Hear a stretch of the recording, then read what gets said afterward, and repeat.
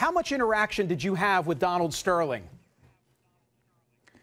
Michael, every Board of Governors meeting, and we had about 3 or 4 a year over those 5 years, so 20 episodes, as well as any other NBA events like All-Star weekends or Olympic events. So it was a very casual, not that we ran in the same circles. As a matter of fact, my wife and I kind of joked that he was almost like Thurston Howell in Gilligan's Island. How come? Kind of a little spacey.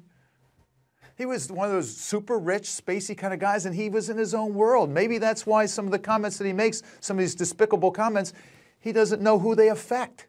So he sounds like he was an outlier, but not the kind of guy that there was a sign in those NBA meetings that this was all coming. No, not that I know of. I didn't know of any of his racist comments in the past. I can only imagine that that's a room full. I mean, they're all successful business people, and I can only imagine it is a room full of very strong personalities. As a general lot, do they get along, those owners?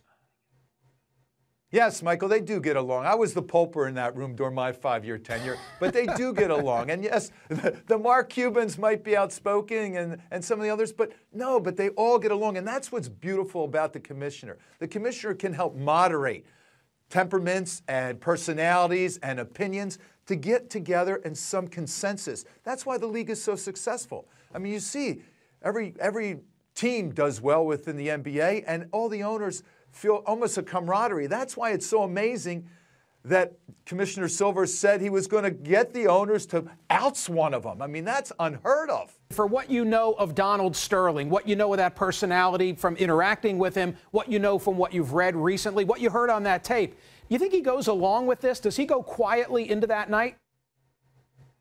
No, I don't think so. And I would hope and I would pray and I would urge Donald to admit his mistake, to admit his hurt, to recognize, to be remorseful and apologize and stand up and step outside the owner's suite on his own volition now and sell the team. Sell the team. Says, no, it would be better, the league and the team and the city of Los Angeles and the fandom of the NBA, if I stepped aside. Then at least we could have some respect for him. You ready to announce your bid tonight before you leave us? How much? No, listen, I don't have that kind of clink, but I know where I can get it.